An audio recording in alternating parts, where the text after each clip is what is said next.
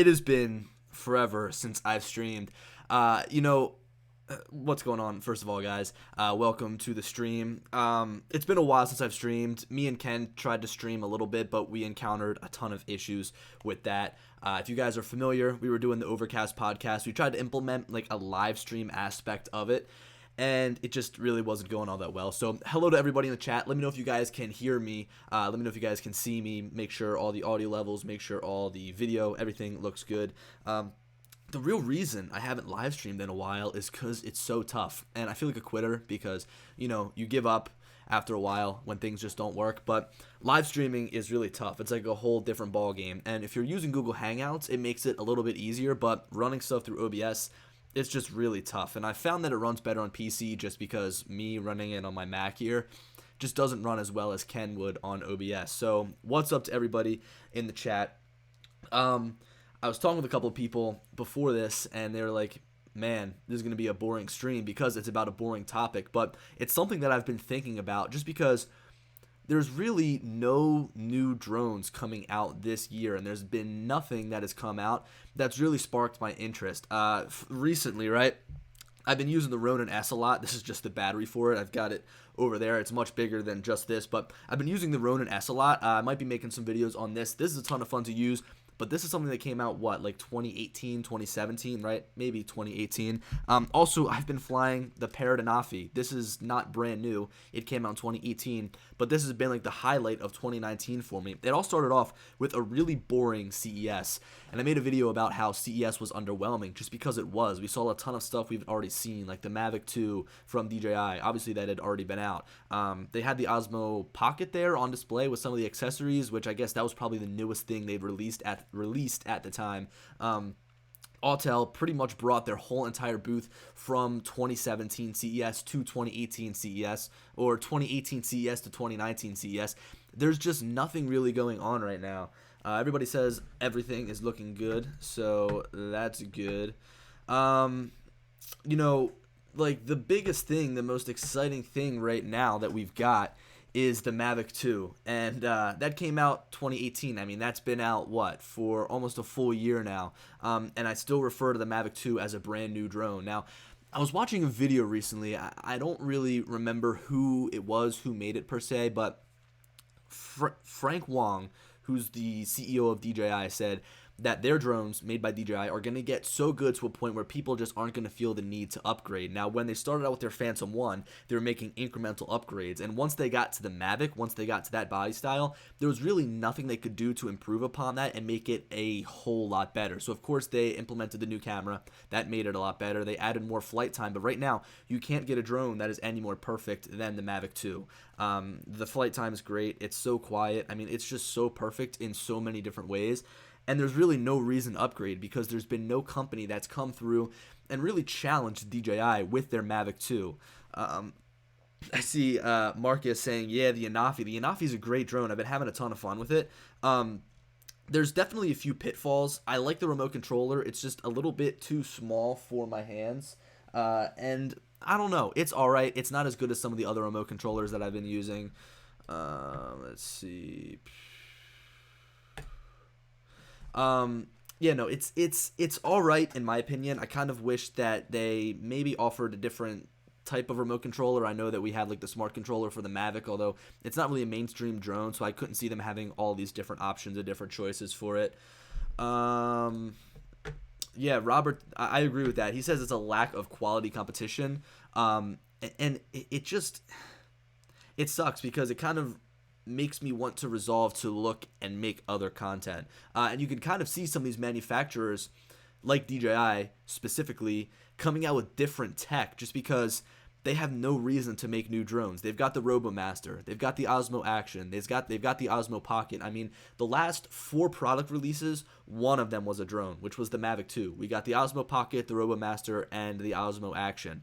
Now, the Osmo Action is great. The Osmo Pocket is great. Don't worry. And I really do think that they should go back and focus on their Osmo lineup because having a small little camera like that, the Osmo Pocket is good, the Osmo Action is good, but even if they went and updated their actual Osmo lineup where you could have a detachable camera up on top, I mean, that's something that would just be perfect. Uh, Dr. One said, I'm glad because I can't keep buying a new drone every year. I agree with that, and there's really no reason to continue to buy new drones if you're somebody that just flies for fun. Now, today I actually did a ton of inspection work with the Mavic 2. I've got the drone here itself. I was dumping the SD card, and then I went and I'm charging up all my batteries right now, but you know, if you're not somebody that uses these drones on a daily basis and you have that original Mavic Pro, there's not too much of a reason to upgrade. I mean, yes, the camera is good. Yes, it's quieter, but everything that the Mavic Pro does, the Mavic 2 Pro does just a little bit better. And is that worth it going out and spending $1,500? I really don't know. In fact, I made that video a while ago, the Mavic Pro. Why is the Mavic Pro $999? It's still priced pretty much at the same price point just because nobody's coming in and challenging them. Marcus also brings up the Mavic 2 Zoom. It's funny because I brought both the Mavic 2 Zoom and the Mavic 2 Pro, and this is kind of getting away from the topic here, which I'm probably going to do a lot tonight. But I was flying the Mavic 2 Zoom, I was flying the Mavic 2 Pro, and I was shooting photos on the side of a building where the sun was coming up over the other side, right? So it was very shadowy. There wasn't any sun hitting this side of the building, and I noticed that the photos sucked, and I actually had to go and get the Mavic 2 Pro just because the dynamic range on the Mavic 2 Pro is so good. I know that there's a ton of people out there that go and they'll use the Mavic 2 Zoom, or they'll say that the Mavic 2 Zoom is better than the Mavic 2 Pro, and they'll try to justify that spending the extra $300 or whatever it is now on the Mavic 2 Pro isn't worth it. But after literally flying them side by side today, and I guess it's taken me a year to realize this, it really is true that the Mavic 2 Pro is worth it over the Mavic 2 Zoom just because the dynamic range is out of this world. Blue Eye Visuals, hey Billy, do you know about the Halo drones? You know what's funny? I remember the Halo drone. I guess, what was that? Beginning of 2018 is when I first saw that, and it looked like the design of the GoPro Karma. That's just kind of what it reminded me of. In fact, when I think about that, the X Dynamics Evolve sort of comes to mind. I think that both of those drones are kind of similar. I think that they both featured a carbon fiber body. Maybe the Halo drone wasn't carbon fiber, but it was kind of like this same black looking material. And I thought that it looked pretty cool. I never got to check it out. In fact, I feel like that drone kind of had a little bit of hype and then quickly died down because I think I saw like 2 or 3 videos on it and that was it. But again, I mean, this year has been a really boring year, and it's nice because I've got a ton of videos that I can still upload. I mean, there's so much depth to these drones, and they do include all these brand new features every once in a while. I mean, they'll update something and they'll make the drone better, or maybe they'll add a new feature, so it's nice because they do stay fresh. But it's got me wondering kind of what's in the pipeline, not only for DJI, but other companies, because of course we saw the X Dynamics Evolve come out, right? X Dynamics was up to bat, and they kind of whiffed, in my opinion. I mean, the X Dynamics Evolve was a good drone. It was alright, but it definitely had its pitfalls. They're working on it, and I really can't see what happens, but that's just kind of what I said happens too many times. That kind of what happens when a company goes and tries to, I guess, stand up to DJI. It's kind of like you try to compare them to DJI, and then, I don't know, from there it's like, alright, this drone isn't better, and you go back to flying something from DJI. Alright, we got 68 people in here. Thanks for tuning in. God, again, it's been so long since I've been in here, or since I've been streaming. I've got a big thing that I want to ask you guys, and it would be huge if you...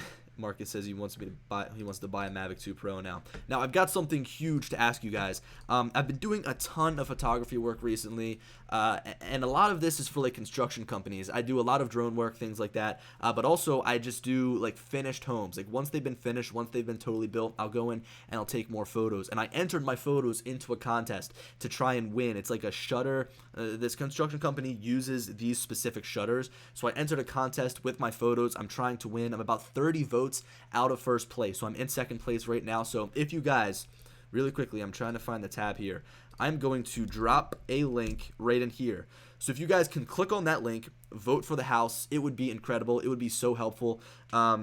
You guys can even do it from multiple devices if you really feel like you want to. You can vote once from your computer, once from your iPad, once from your iPhone, once from your Android, whatever you guys have. So I'm going to actually post that link one more time. If you guys want to go ahead, the link was put in there twice. Just go ahead, click on it, vote for it. That would be awesome. Phantom Flight says, hey Billy, how is the 8T going? I'm not sure what 8T is, but Yeah, I don't know what the AT is. Scada's Drone View says that the Evolve failed, but could be a great drone if it works right. I agree. One of the biggest pitfalls of the Evolve is the fact that it has such a small sensor. I mean, it's got a really big camera. In fact, the camera is bigger than the Phantom 4 Pro's camera, but it just can't deliver the same specs. Even when it's shooting in 4K, I feel like it still looks like 1080p, like it's a little bit blurry. Like if you put true 4K footage from a Mavic or a Phantom, or even just an iPhone, for instance, you could put that next to what the X Dynamics Evolve shoots, and it just doesn't look the same. This is something that I do want to bring up if I can find it, which, by the way, I know I made a video about how I'm like making a new studio here. It's still really, really dirty, so I kind of put up this old backdrop behind me. I'm still working on trying to get everything put in together, and I think the studio is going to look really awesome after the fact. I'm putting up walls. It's a big project, but it's going to be a place where I can come down, shoot videos, and it's pretty awesome. So let me grab something.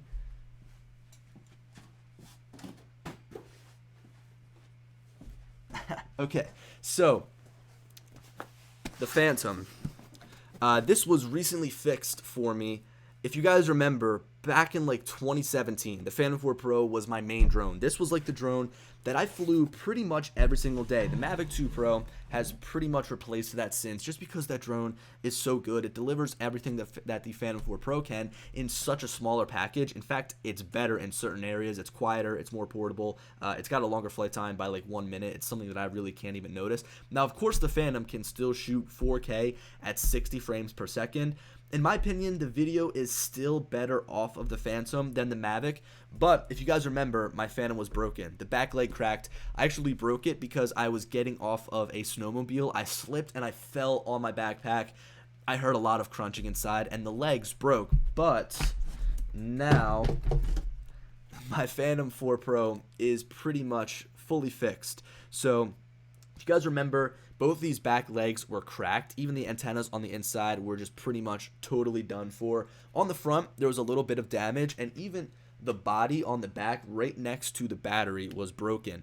But now everything is fixed. Now, I am experiencing a couple of issues with this drone still. Things internally, the structural portion of this is perfect. In fact, actually, real quick, I've had a lot of people ask me what this is on the top. That is for a parachute, so you can put a parachute on top. If the drone falls from the sky, it'll automatically deploy. I actually did a video on that if you guys want to go and check that out. But everything about this drone is fine. It's structurally good, but the inside, some of the components are giving me a little bit of trouble. So, for example, I'm getting a lot of IMU heading errors. I'm getting a lot of GPS errors, so it'll actually switch into ATTI mode because the GPS just totally fails.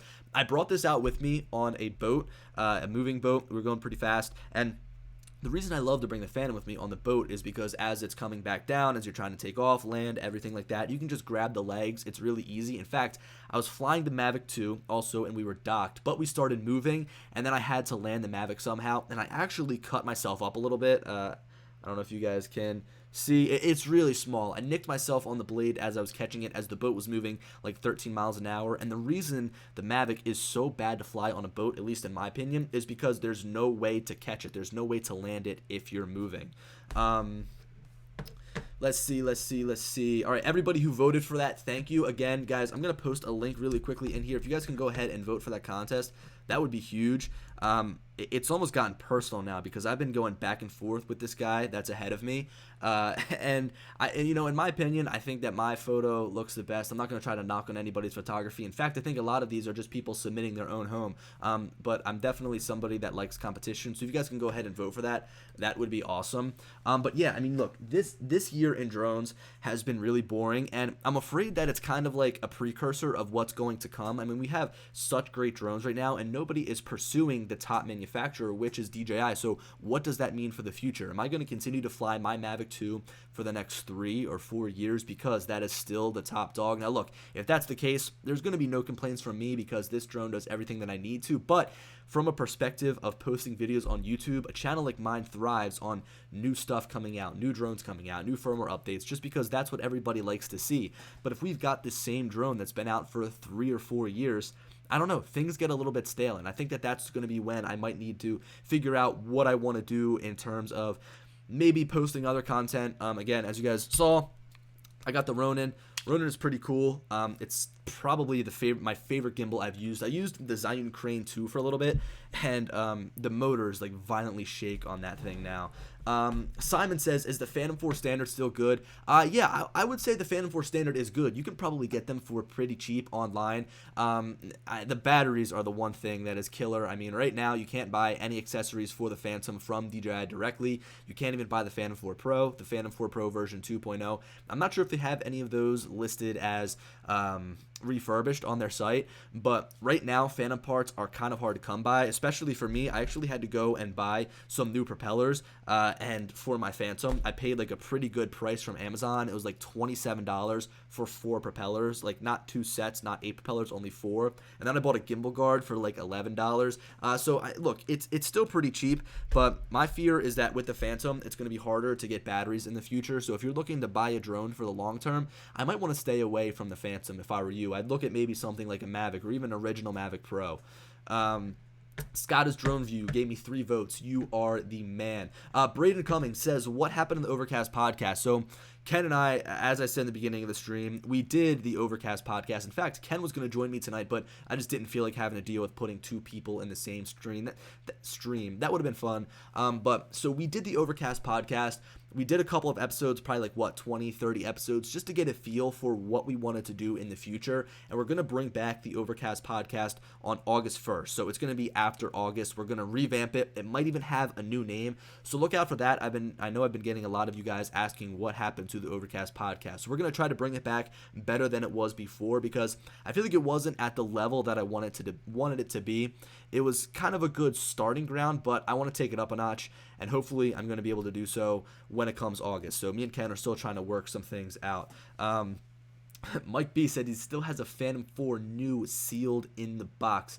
And Marcus says he bought a new Phantom 4 on eBay for $510 with 2 batteries. Yeah, so that's the thing. Right now on eBay, if you get like a Phantom 4 Pro, a Phantom 4 Standard, or even a Phantom 4 Advanced, you can probably get them for a pretty cheap price. Now me, I don't like to buy used drones. I think I made a video on this a while back. It might be a video that's worth updating, but to me, buying a used drone is almost like buying a used car. I mean, yes, you can look at the flight records, but you really don't know what went wrong with that drone or what that drone has been through. So you can look at the flight records, you can get an understanding of how long it's flown for. But one of the biggest issues with me sending my things back off to DJI is when I get a drone back, it's not mine. It's put into a queue. So if I sent my Phantom 4 Pro back for repair, they would repair it, but my drone would simply get put to the back of a queue, and once it was fixed, it'd be sent to whoever needs a new Phantom 4 Pro, and that's something that I didn't want to do. So I actually went with a company, DJI Service Repair, DJI Drone Service. I'm going to make a full video on my Phantom 4 Pro being fixed, and I'm definitely going to link you guys to them,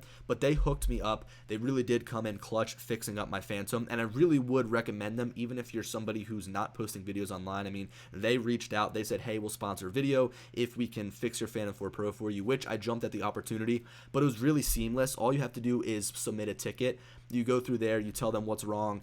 They take your drone, they send you a shipping label, they get your drone, they inspect it, they tell you how much it's going to be, and if you don't want to pay that cost, they'll send it back to you. And that whole entire process is free. They pay shipping both ways. There's no $50 evaluation fee, none of that. You send the drone, they check it out, they give you a quote. If you say yes, they fix it and they send it back, and you get your own drone back. That's the biggest thing to me. You can send it off to DJI, you can give it to them to fix, and yes, it's going to be handled by DJI directly, but not getting your drone back kind of sucks. Simon says it seems that drones are going up in cost. I wouldn't say that they're necessarily going up in cost. We did see the Mavic 2 Pro get a little bit of a price increase. In fact, there were some other things from DJI that got a price increase. Apparently that was from the I don't really want to get into it. I've heard it could be from the tariffs. I heard it's just because DJI said we think it's worth this much, so the prices did go up. In fact, something interesting, and I'm not going to really talk about it much in this video, but DJI is now going to be making some of their drones here in the United States, which I think is cool. I think that is definitely huge for them as a company, because I would guarantee that most of their sales most of their sales are here in the States, and for them to manufacture it here and avoid having to go through the tariffs that could potentially come from importing these drones, it could potentially save them a good amount of money, or they would actually probably lose a lot of business because their drone prices could skyrocket, or they could take a hit because they manufacture the drones, they keep them at the same price, but then just eat the cost of the tariff. So it's going to be exciting to see what happens with that. Now here's the thing, right? I see a lot of people talking about what drone is going to come next from DJI. And I remember when I was writing articles for Drone DJ, and this must have been maybe a year and a half ago, I said that there wasn't going to be a Spark 2, and I explained why. And since then, we still haven't gotten a Spark 2, and I've seen a lot of people talk about a new Spark. They've talked about a new Mavic Air. But if you upgrade the Spark, you get the Mavic Air. And if you upgrade the Mavic Air, you get the original Mavic Pro. And if you upgrade the original Mavic Pro, then you get the Mavic 2 Pro. So they offer all these different drones at all of these different prices and all these different specs that if you upgrade the drone, you just have to go to the next level. That's why I said that DJI offers a drone for pretty much everybody and anybody. All right, Gal Twig Photography, what's up? Hey from Israel. How you doing? What time is it in Israel? Dwight says, BK, I was in the market for a smart controller, but with the price hike, I'm out. And Wax, very disappointed about that. Yeah, so I remember that the smart controller went up in price. In fact, I still haven't bought my smart controller. The way that my bag goes together, the regular remote controller that comes with the Mavic is the only way it's going to fit. And yes, it sucks having to use my own iOS device, but at the end of the day, for me, portability is key, and the smart controller is just a little bit bigger, but I'd rather go with the device that I have. Now, here's the thing. If you are still in the market for a Mavic 2 drone, I'd probably recommend just going with that smart controller because you get some sort of discount because you're going with just the smart controller rather than the drone itself. So if you went with the drone, you bought the Mavic 2 Pro, and you also bought the smart controller with it, then you're left with 2 remote controllers and you're paying a lot of money. So I'd recommend going with that bundle just for anybody out there, even though I know nobody even asked for that. Jet Martin says, overall, I think there are a lot of viable alternatives on the market today at much lower prices like the Fimi X8. So Jet, I haven't really gone and tried the Fimi X8. I've seen a lot of the Hubsan, the Xeno, and I actually got to fly that when it first came out. I was down in Texas with Kelly, Ready Set Drone. We flew it a little bit, and yes, it's a cool drone. It's a great drone. I've heard from a lot of people that they've definitely made some strides in making it better, but in my opinion, you just can't touch the Mavic Pro. There's been nobody that's come out and made a drone that can touch the Mavic Pro. There's always one thing, there's one pitfall that makes the Mavic so much better. In fact, the one person I was watching was Marcus, Idaho Quadcopter. I was watching his video on the Fimi X8, and I saw him flying it really far out, and the video quality looked great. But in my opinion, you just can't beat the app of the from DJI, the DJI Go app. I love how it tracks all your flight records. I can upload them right to AirData. I mean, I'm trapped in the ecosystem. And I can say the same thing about Apple. I'm trapped with their computers. I'm trapped with their watches. I'm trapped with their iPhones because of the ecosystem. And that's how I feel with DJI. Zanesoto says, I want to record the fireworks on the 4th. Can I fly my drone at night? So first of all, I'd probably recommend not flying your drone around fireworks. I've always had the same idea, but in my opinion, it's going to be a little bit tough to try and film them at nighttime, and that's not even talking like legality. You can fly at nighttime, as far as I'm concerned, as a hobbyist. You want to get some sort of anti-collision lighting put on your drone. I don't know, the fireworks going off in the sky. I just probably wouldn't recommend that. Let's see, what are other people saying?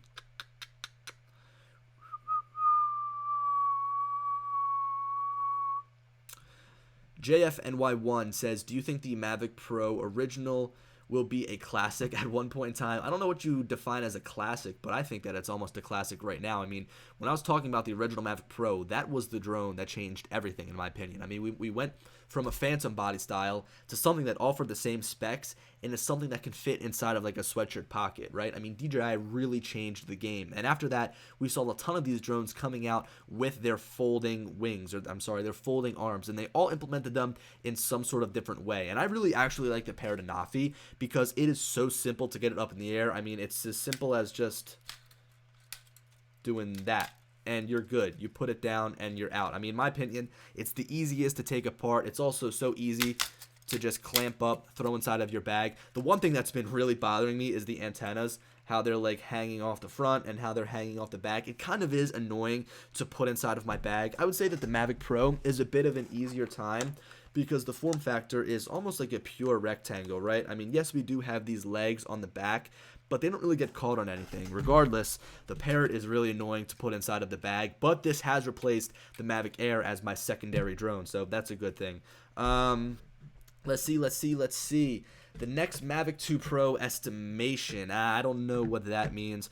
David J. Peterson says, did you fix the Inspire? So if you guys missed one of my last videos, I actually broke my Inspire 2. It's nothing crazy. It still works. It still flies. When I would put the camera on the bottom, I'd actually lean it backwards on the back two legs, and the back two legs have now snapped, and there's an antenna inside of there, but that antenna is still connected. I'm still getting some good range out of the drone, so it's structurally somewhat hurt. It's injured, but it's still flyable. It still operates perfectly fine. I just come down a little bit softer when I land. So for right now, I'm still flying it. I'll probably fly with it throughout the summer and then take the time to either repair it myself or send it away to be repaired when it comes time, probably in the winter time when I'm not flying as much.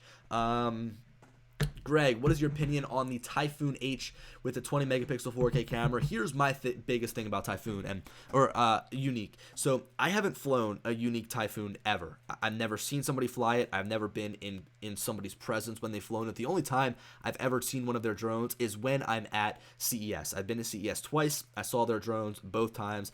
The hardware, the build quality is phenomenal. The design that they have, the hexacopter, right? The 6 different rotors, the 6 different motors, perfect idea. The way that the landing gear lifts up, I think that that's awesome. The 360 rotating camera, perfect, but the range suffers so much. It's an advertised range of 0.99 miles, and I doubt that you could even get that. Now, yes, you can modify it, but I'm somebody that would rather just get something right out of the box and start flying. I mean, the Mavic 2 Pro, you can fly 5 miles with it. Do I fly the total 5 miles every single time I fly? No. In fact, if you got out 5 miles and turned around, you'd probably be on like 10% battery by the time you're landing, depending on what the weather conditions are like, what the flying conditions are like. But I fly 1 mile probably almost 3-4 times a week just for different use case scenarios. If I'm chasing after a boat, if I'm filming, if I want to go from one work site to the other. Sometimes these work sites are pretty big. It's easy to control from one location, and the range is the last thing I have to worry about with my Mavic 2 Pro. I know that I'm going to get a really solid connection with that, but the Unique only advertising 0.99 miles is something that is a huge red flag to me. Scottish Drone View says, I think DJI is perfecting cameras and getting ready to put them on drones. You know, they purchased Hasselblad. They put the Hasselblad camera, or at least some of the color science and some of their tech inside of the Mavic 2 Pro. And seeing them potentially make some more Hasselblad cameras would be awesome. And for them to perfect their camera technology, I mean, look, their camera tech is already pretty damn good. I mean, they went from a drone company to a drone and a camera company because I think that their cameras are just that good. I mean, you look at something like the Zenmuse X7, that is the gold standard when it comes to filming. That is one of the best cameras that you can buy and put on an aerial platform. They make some really good cameras, and it would be dangerous to see what they could do if they started implementing only Hasselblad cameras into their drones. It would make them just so much better. All right, David J. Peterson is asking about the Phantom 4 Pro RTK. I personally have never used it. I've never seen it. I'm doing a lot of mapping recently, and the Phantom 4 Pro, now that it's been fixed, has been the main drone I'm using for mapping. In fact, this has been like solely dedicated to mapping. It's great because it's got the mechanical shutter. That's one thing you need. It's also got good range, good flight time. This drone just really is the perfect mapping drone in my opinion. Would I love to get a Phantom 4 Pro or Phantom 4 RTK? Yes, I would. It's definitely in the pipeline. But for now, for the jobs I'm doing, the Phantom 4 Pro is fine. And if you're somebody just getting into mapping, like you're just getting your feet wet, I'd recommend using the drone you have. You can still use the Mavic 2 Pro and get good maps. You can still use probably even the Mavic Air and get good maps. It all depends on what drones are compatible with the software that you're using. I know with Drone Deploy it's a little bit up in the air, but Pix4D has compatibility with a lot of drones. I'm pretty sure you can even use the paired Anafi to map if you wanted to, but the Phantom 4 Pro RTK is in the pipeline. I'm pretty interested in that. All right, Ron, I don't want to hear it. Zanesto says, is the Lume Cube Strobe worth the money, or is there a better one out there? So like I said in my video, I haven't done a lot of searching on the web about what's the best, I guess, strobe. You know, I'd be interested to know. In the live chat right now, let me know what you guys think of flying at nighttime. Do you do it often? Do you find it fun? What do you find fun about it? And do you own a strobe or some sort of anti-collision light to put on your drone, right? So Lume Cube just came out with their strobe anti-collision drone light, and it's great. It's got a lot of great features. It recharges over micro USB. I don't have the light with me, but I do have these little capsules. You can put these on the front of the light, so you can either blink the light in red, the white that it comes with, or you can do green.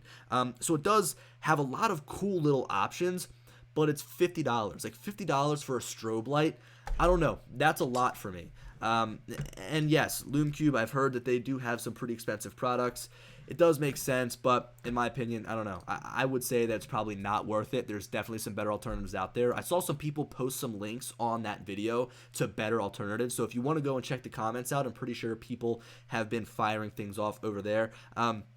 Here's my thing, though. To answer my own question I asked you guys, I pretty much never fly at nighttime. It's not that I'm scared. It's not that, I don't know. For me, I just don't fly at nighttime because I'm somebody that loves to take photos and videos, and I hate shooting at nighttime. It's just something that I dread all the time. I would say I'm not good at it. Yes, taking long exposures is awesome, and yes, seeing your drone just blink in the air is really cool at nighttime, but unless I'm like flying around a really bright city, I pretty much never fly at nighttime. And I see a lot of people here. They say, John Coopy said, I rarely fly at nighttime.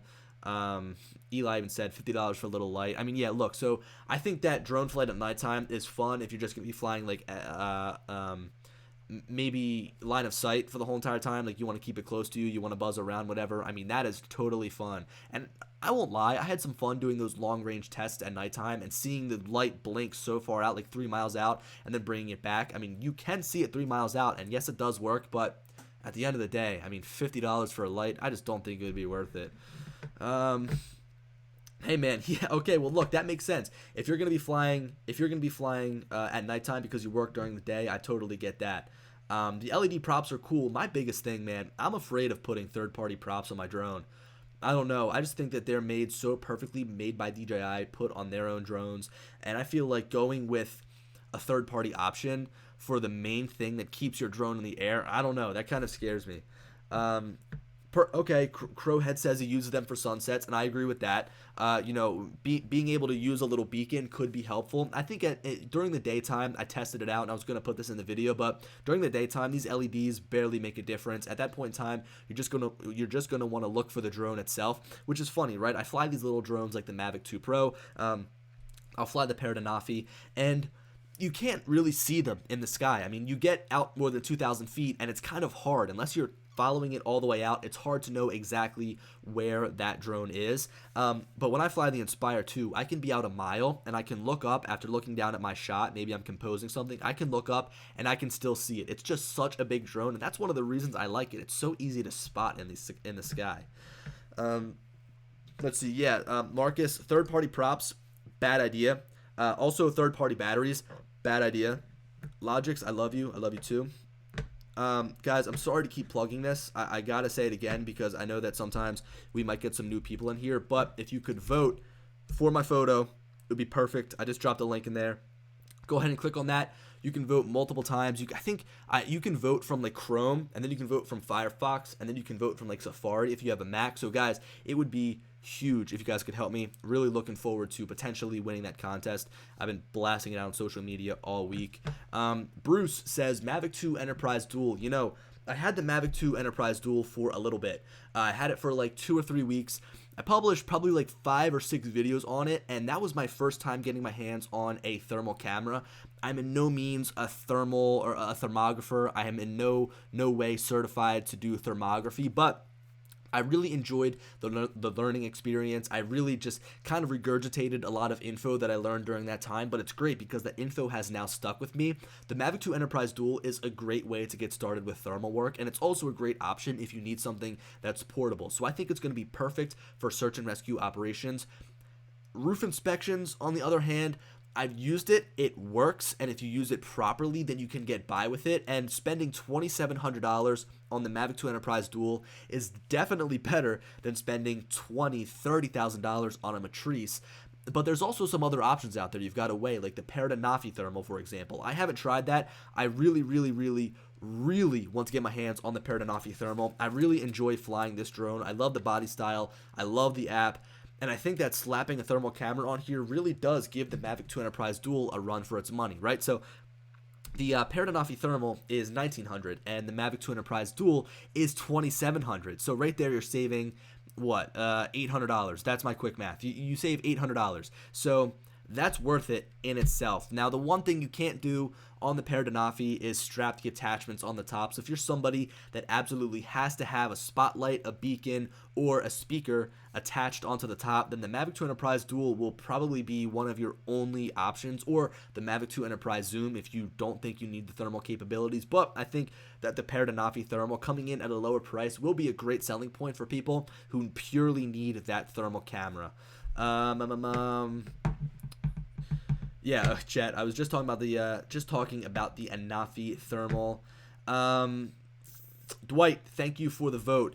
So guys, yeah, look, this year, let me just get back to the topic because I have totally gone off track. This year has been a really boring year for drones. The last drone that I got is the Paradanafi Thermal, which came out, in 2018. But the most recent drone to release that I've bought is the Mavic 2 Pro, and that's saying something, right? I mean, it's been almost a year since we've gotten a brand new drone from DJI. I'm wondering if they're sitting on something or if they're sitting on multiple things and they're waiting to unleash them in a fury, right? So I think in 2018, right, between 2017 and 2018, I mean, even the time that I started my channel, I feel like it was rapid fire with DJI. It was the Phantom 4 Pro. It was then the Phantom 4 Advanced. We got that after the Phantom 4 Pro. We got the Mavic Pro, the Mavic Pro Platinum. We got the Mavic Air. We got the Inspire 2. I mean, all of these drones have come out since I've started my channel, which is crazy to think about because I've been almost doing this for 3 years. Or I guess now I have been pretty much doing this for 3 years. Or at the end of the summer will be 3 years.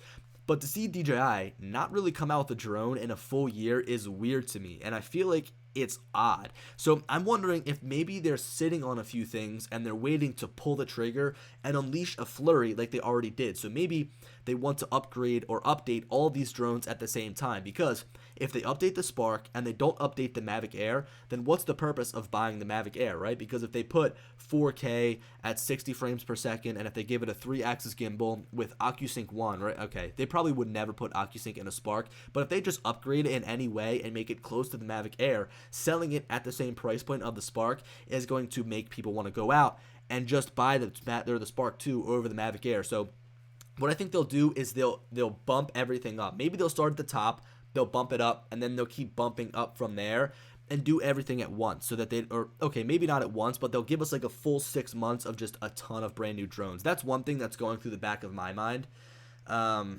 Caden says, what are some killer new features DJI or yourself are looking forward to? So this is something I've been talking about since the beginning. I would love if they introduced voice commands with these drones, right? So imagine, I think, in my opinion, if you guys follow Gary Vee and how much he talks about how voice is going to change the way that we interact with things, I think he's 100% right. We have all these devices in our houses right now, like Siri, we've got, Amazon Alexa, we've got Google Home, we've got all of these different things that we talk to, and it really does speed up productivity. I mean, for me, sending a text message through Siri is so much easier than going into the app, typing it out. Now, granted, there are times where I'll just type it and it doesn't, I don't feel like going and actually talking into the phone. But imagine if you're flying your drone and you can say, hey, DJI, reset my home point, right? If you're moving around and it just quickly sets the home point, you don't even have to think about it. You can continue flying and just, I guess, out of just a whim, you can just say, hey, DJI, reset my home point. Or you can say, hey, DJI, increase my white balance. You can say, hey, DJI, set my maximum flight altitude to 200 feet. I mean, there's so many things that you could just do on the fly. And rather than add all these weird custom buttons onto the drone, just add voice controls. I think that would be huge. Bruce says AirSense on all DJI drones over 250 grams in 2020. I wonder if there is going to be specific hardware inside of these drones that allow them to receive these ADS-B signals, which I would probably think so, right? Because the Mavic 2 Enterprise Dual and the Mavic 2 Enterprise Zoom right now can, the Matrice series can, the M210, the whole M200 lineup. But these older drones probably just don't have the hardware. Now, I love to see these brand new drones getting AirSense, and you know what? Bruce, and I've seen some other people talk about this in the past, I think that they might be waiting for that 2020 deadline, and then they're going to release their new drones with AirSense in them. Now, that doesn't mean they couldn't release a drone and say, hey, this is going to be AirSense compatible. They've made it a point that after 2020, all their new drones will have AirSense, or they will be able to receive that signal, that ADS-B signal, but there's no stopping them with coming out a drone tomorrow that also has that, because we obviously see drones right now that already have them. So yeah, Bruce, AirSense does exist right now, but the thing is that it doesn't exist in certain drones, right? Older drones. So that could be a reason in itself to upgrade. That could be something huge that people, or that DJI would promote and people would want. Let's see, what else are people saying here? Pat says, I think they're trying to get rid of inventory. That's a good point. They probably are sitting on a lot of inventory right now. Let's see. Roy says, can the new Loom Cube extend your VLOS during daytime? No, it can't. I've flown it out like 10 feet away from me, and yeah, I can see it, and even when you get it 100 feet out, you can't really see it. So I would say no. Let's see. Thank you to everybody for voting on that for me too. Let's see. I'll give for all of you guys voting, and you're wondering, I'll give you a little bit of an update on the stats here, right? So when we started the stream, I was at 436 votes. Right now, I'm at 484. You guys are the best. This person that's in second place is at 475. So right now, I'm in first place, thanks to you guys. That's awesome. I'm up 9 votes. And the person in third place, I believe, is at like 266. So pretty much, it's just me and this guy fighting for first place right now. I really can't thank you guys enough. I'm going to be super annoying and drop the link in here again if you guys want to vote. That would be awesome, again, as I've said before. So Marcus says the Spark seems to be discontinued. You can no longer buy it new from DJI, and the refurb availability is spotty. And that seems to be the case with a lot of these drones. The Spark, the Mavic Pro, the original Mavic Pro, you can't buy it new. You can buy it refurbished. The Phantom 4 series, the whole entire thing is gone. Now, look, I could sit here and talk about a new Phantom 5 forever. Actually, you know what's funny? I uploaded a video in 2016 about my Phantom 5 wish list, and here we are, almost in 2020, and we don't have a Phantom 5 yet. Now, look, I'm not going to go down the rabbit hole of what the Phantom 5 could be, if it's a thing, if it's been discontinued, if they've delayed it, if they're waiting for something. There's so many of these different speculations, but at the end of the day, the Phantom is such a good airframe, and it fits perfectly between the Mavic and the Inspire because it's the perfect middle ground. So if they could come out with that same body style, refresh it a little bit, give it, I guess, some quality of life updates, it could be a perfect mid-tier drone between the Mavic and the Inspire, because if you go from a Mavic Pro all the way up to an Inspire 2, I mean, that is a huge jump. Now, there's another drone we have on the horizon is a potential Inspire 2 version 2.0. Now, we saw the Matrice get an update, the version 2.0. It got OcuSync 2.0. It also got the anti-collision lighting put on it. It's built right into the drone. So I don't know if they'd go as far as putting anti-collision lighting on the drone. If so, they've got to put it far away from the camera because a lot of people use these for filming, and they don't want that anti-collision light interfering with their shot. But here's the thing. I think that all of DJI's drones are going to slowly trickle over to OcuSync, so they're not even going to offer Lightbridge 1 or Lightbridge 2 anymore. They're going to still give Wi-Fi or reserve Wi-Fi for their lower-end drones, their beginner drones, like the Spark. Obviously, the Tello, that's not really a DJI drone. It's made by Rise, but the Tello has Wi-Fi in it. Also, the Mavic Air. Now, here's something interesting. The Mavic Air, if we see a refresh, could be given OcuSync 1.0 because that's technically older technology, and OcuSync 2.0 is definitely more favorable. Even though in the beginning I didn't think it'd be that big of an upgrade, it definitely is a very big upgrade over that first version of OcuSync. So I think that they're in the process of making all of their drones OcuSync right now across the board. And you know what I'd love to see? The smart controller become a universal remote controller that can be used with all DJI drones, right? I mean, if you think about it, all of these DJI drones, if they'd run off of OcuSync, they could be run off of this one remote controller, and it would be incredible. You could probably save your same settings. That would be awesome. You carry around one remote for you. I know me dealing with sometimes 6 or 7 drones, one remote controller would be a blessing. And also, DJI refers to it as the DJI Smart Controller. They don't say that it's the Mavic 2 Smart Controller, it is the DJI Smart Controller. So that leads me to believe that we could see support for other drones, which would be awesome. So Jimmy's got a question. He says, when do you think the Mavic 3 will come out? You know, Jimmy, I would not hold my breath on a Mavic 3. Again, remember, we had to wait about a month. We had to wait about 2 years until we got a new Mavic 2 over the Mavic Pro. And I believe that the only reason that they actually released the Mavic 2 is because we saw a lot of pressure being put on that original Mavic Pro from like Autel and other companies out there releasing drones that were very comparable to the Mavic Pro. And then they came out the Mavic 2 Pro, they dropped the hammer. But there's nobody even pressuring the Mavic 2 Pro right now. So I would not hold your breath on a Mavic 3. I don't even think we'll see it in 2020. That is a far stretch. If so, it's going to be like a Mavic 2 Pro Platinum, potentially. And we'll maybe see like an incremental upgrade where they keep the same body style, the same hardware, but there's something that's just a little bit different. And I could see them doing like 4K at 60 frames per second or something like that, because that seems to be so valuable to certain people. So right now we've been streaming for about 45, 46 minutes. I can't believe I've been able to talk myself this long. You know, if you guys want, you can go ahead and ask some questions. I'll definitely feel free to answer some things. You can ask whatever you guys want to. Somebody asked about DJI Terra. So DJI Terra is compatible with the entire Phantom 4 series, I believe. It works the best with the Phantom 4 RTK because you actually have to plug your remote controller into the computer. And the Phantom 4 RTK, I want to call it the Phantom 4 Pro RTK, but the Phantom 4 RTK has a USB-C port on the bottom, so it's a new controller. And from there, it actually transmits data from your computer over to the remote controller. So I haven't pulled the trigger on Terra yet. It's kind of hard for me to justify having Drone Deploy and Terra. I want to try Pix 4D, but then again, you've got Drone Deploy and Pix 4D, and right now with my clients, I'm so used to using Drone Deploy. I'm kind of worked into that ecosystem right now.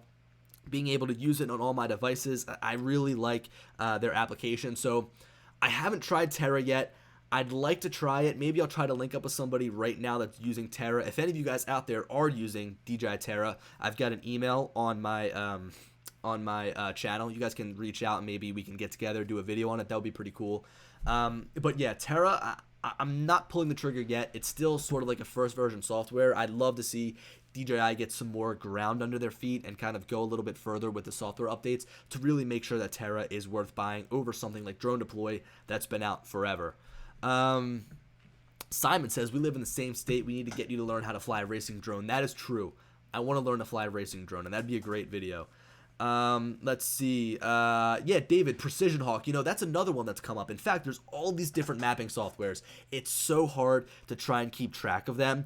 I'm so locked into Drone Deploy right now that it's hard to justify the high cost of some of these other softwares, because at the end of the day, they're expensive. You're paying upwards of $1,000 per month for the software. $1,000 per year at the minimum for the software. So I don't know. It's kind of tough. Let's see. Okay, you know what? If they let you do 5 maps a month, I'll try it out. I'll give it a try. Guys, you can ask some questions, whatever you want to do. Original Dobo, what's up, my dude? He said lots of manufacturers pumped the release brakes. Yeah, dude, there's really nothing right now. Even, Ken and I have been talking a little bit, not only drone releases, but just drone news in general. It is really stagnant right now. It's pretty impressive how stagnant it is. Jimmy says, good points. Do you think the original Mavic, which I have, will hold me up with client work until the Mavic 3 or a Phantom 5? I'd prefer the Mavic 3, but do you think that the Mavic Pro was still enough? There are certain scenarios where I would say, yes, the Mavic Pro is enough. It depends on the work you're doing. It's very situational. For me, I'm somebody that just loves having the newest tech all the time. That's why I always gravitate towards something like the Mavic 2. Again, something that is always the top of the line. So Look, I do think it's good for certain work. In fact, I'm actually going to be using the Mavic Pro on a job coming up. I've got a bit out. I'm not going to go too much into what this job is, but basically, I'm going to be taking pictures of windows on a tall building with my drones. And I'm trying to think about, okay, I've got all these drones. Which one is going to be the best for the job? I'm thinking, okay, maybe the Mavic 2 Zoom because I can be further away from the building. I can get closer into the windows, and it's all about safety. But with the Mavic Pro, the original one, you're able to rotate the entire camera vertically and capture the vertical windows. So if I get that job, I'm going to be using the Mavic Pro. Let's see. What else you guys got for me? I guess, okay, so Jimmy, to answer your question, I think the Mavic Pro is good, but at the end of the day, the Mavic 2 Pro is a lot better, especially if you're going to be doing consistent client work. The images are so much better. Flight time, it's quiet. So look, my advice is to sit on the Mavic Pro for now, and if the demand is there and you have the option to go out and buy a Mavic 2 Pro, do it. Because if you buy the Mavic 2 Pro and you hang on to your Mavic Pro, you've always got a drone as a backup. And for me, I love having backup equipment no matter what it is. I've got backup chargers in my bag just in case my main charger doesn't work. I'm always about redundancy, and having that backup to fall back on in case something happens is always nice, because if you've got one drone, you're relying on that drone to make money and it breaks, then you're kind of SOL. So let's see. For real estate, would it be enough? Yeah, Jimmy, for real estate, it's enough. Yeah, the Mavic Pro is enough. I would totally agree. Yeah, John says you always want to have the best for commercial jobs for sure. I would recommend it. Yeah, just get the best that you can. I use the Inspire 2 a lot, but for me, when I'm flying in like crowded areas, the Mavic 2 Pro is a great go-to drone just because it's so quiet and you don't disrupt anybody. Yeah, and Eli says the vertical camera on the Mavic Pro is super helpful for high-res panoramas. I agree with that. You know, that's a feature I really love, the vertical camera. So basically, if you guys aren't familiar, that whole entire camera rotates, which is awesome. And you can take vertical photos. You can do a lot with it. Let's see. So guys, you know, this was a topic that I didn't think I'd be able to talk for that long on. You know, the drone market right now is stale, it's stagnant. Don't worry, I mean, there's not going to be a lack of videos coming from me because I've got a ton of stuff in the pipeline. I've kind of prepared for situations like this. It's almost like preparing for like a recession. It's like preparing for like a time where you're not making money or whatever. I mean, you want to be able to make sure you have things in the reserves, and I've got a spreadsheet with like hundreds of video ideas, so there's never going to be a lack of content, at least I hope. I mean, I could go potentially a year just uploading videos on the drones I have right now, and there's always the potential or the ability to fall back on like the cinematic videos, right? So I can fall back being able to make vlogs of these drones. So at the end of the day, don't worry, there's not going to be less content, but it's just a bummer. Like, there's no new drones coming out, and CES 2019 was definitely a precursor of that. We saw no new drones for the most part from there. A lot of stuff we've already seen. I mean, I went there thinking that I was going to see some brand new stuff. There was going to be some brand new releases. And after the first day, I was like, all right, I can probably go home now. Let's see. I'll answer a few more questions. Jin says Phantom 5 is coming out next week. That is what I heard. Yeah, yo, so Ray Bob's Antics says that he's got a Phantom 4 Pro and a Mavic 2 Zoom for commercial work. That's a great combo right there because each of them will satisfy different needs. I find myself falling back on the Mavic 2 Zoom a lot for inspection work because that optical zoom is huge. You can still shoot 4K. You can still get a great looking image. And a lot of times being able to look in closer is great. Now, again, as I said in the beginning of this video, the dynamic range is poop. It's bad on the Mavic 2 Zoom compared to the Mavic 2 Pro. I'm always shocked at the images I get out of the Mavic 2 Pro, but in the case I use the Mavic 2 Zoom for, which is inspection work, it is all about just capturing what's there. It doesn't need to look beautiful. It doesn't need to look perfect. It's about capturing what's there, and I think the Mavic 2 Zoom does that really good. Let's see. Oh man, Hotshot Tech says start creating your own drones maybe. That'd be fun. That would be fun. Hey Billy, how do you feel about a Mavic 3 Pro with a 4K 10 times zoom lens camera? Heck yeah, that would be sweet. Let's see. Marcus says, did you graph that spreadsheet by video type and drone model? You may want to put it into a database. Not sure exactly what he's talking about there, but if you guys want, go and check out these drone databases they have out there. It basically logs all your flight info. I use air data. I'm going to be starting to use Drone Logbook. They reached out. They said, hey, do you want to try out? I said, yeah. So I'm going to be testing that out. And these softwares are great because they actually input all of your flight data. So inside of air data, I can see how much time I've flown on drone deploy with my Paradanafi and with all of my DJI drones all in one place. And they give you a ton of really great info. So I'd recommend checking that out. Let's see. Riley says, so the Phantom 5 is coming out next week. No, I was kidding. Phantom 5 is not coming out next week. I'm just messing with you. Let's see. So, guys, I think I'm thinking about wrapping it up here. I know I'm going to be so annoying, but I'm going to throw this link in there one more time. If you guys can help me out, every single vote counts to try and get me up further in first place. I'll even put it in there a second time. Look, it's taken up 2 spots in the chat. So if you guys haven't voted, that would be huge for me. Here's something interesting. I would love to hear what you guys have to say about new content coming out. Again, as I said, I've got a lot of stuff in the pipeline, but what do you guys want to see? I feel like I've almost been going so hard for the past couple of months that it's a little bit hard to understand what you guys want. I mean, these videos, sometimes they go and they get a lot of views, and some of them don't get any views. In fact, I thought that the Osmo Action was going to get a lot of views, but I don't know. The Osmo Action, surprisingly, is not really doing all that well. I don't know if it's just because action cameras are like bleh, but also the Osmo Action is not a huge upgrade over the GoPro. So a lot of people who might already have a GoPro and are really hardcore in action cameras probably aren't going to be upgrading to the Osmo Action, if that was my opinion. Jimmy, you can vote multiple times on that link. I'm going to put that link in there one more time. You can vote through that link through multiple browsers. If you've got a computer, you can, or if you're on a computer like a desktop, you can do Firefox, you can do Chrome, you can do Safari. All right, guys, hey, thank you for stopping by. We've got about 71 people in here. If you guys can hit the like button, that'd be huge. Totally helps out. Be on the lookout for some pretty awesome videos coming out.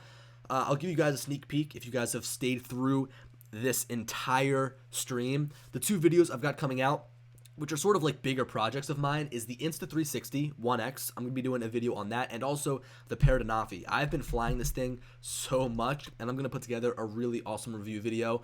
Even though it's such an old drone, I really can't wait to review it, because I think in the beginning, this drone was not very popular, especially amongst a lot of people on YouTube, but I think that it's definitely worth a second look. And the title of my video is going to be why, I guess the angle I'm taking my video is like why this is so much more than a toy, because I think that this drone is really so much more than a toy. It can be used for a lot of different things. So anyway, guys, thank you so much for popping in here. Again, hit the like button if you can. Go ahead and vote on that link for the house if you can. Yeah, I will catch you guys on the flip. See ya.